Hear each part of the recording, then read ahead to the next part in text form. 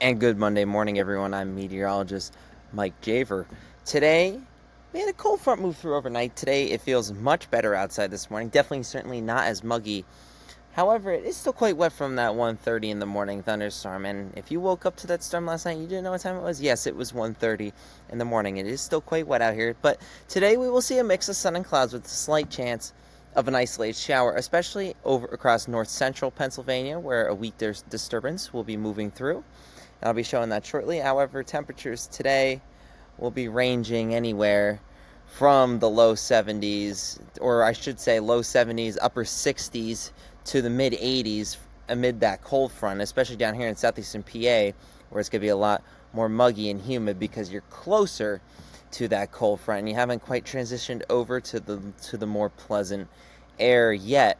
However, let's take a look at the 500 millibar vorticity analysis from the GFS this morning. And we have this strong low pressure system up here in Canada here. This is our surface cyclone, which actually carried the cold front with it. This was actually an occluded cyclone, which means it was past its mature stage. It is beginning to weaken as we speak. There's just going to be this small surface trough that forms. You can kind of see it kinking downward right here, mainly across Lake Erie and into eastern Ohio.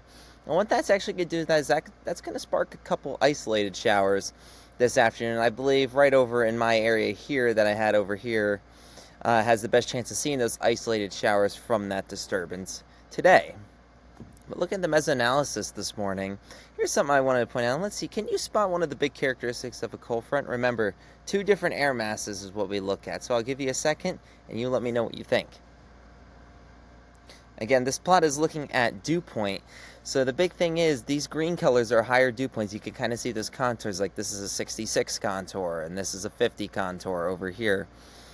But the main thing is look at how much pleasant air is going to be working its way into the area today. We're going from dew points into the mid 60s all the way to the low 50s by the afternoon today. So a lot of pleasant air is on the way today and will be kind of over the region most of the week. Although there will be a couple weak disturbances throughout the week, the main thing we're looking at this week is a taste of fall for the most part. And this week, temperatures will be 5 to 10 degrees below average region-wide, with temperatures in the 60s and into the 70s for most of us. So enjoy this little taste of fall before, it goes away for our gradual Indian summer, which usually happens. It's probably going to happen mid-September this year. Maybe not. Who knows? But this is definitely a taste of fall to end the month of August.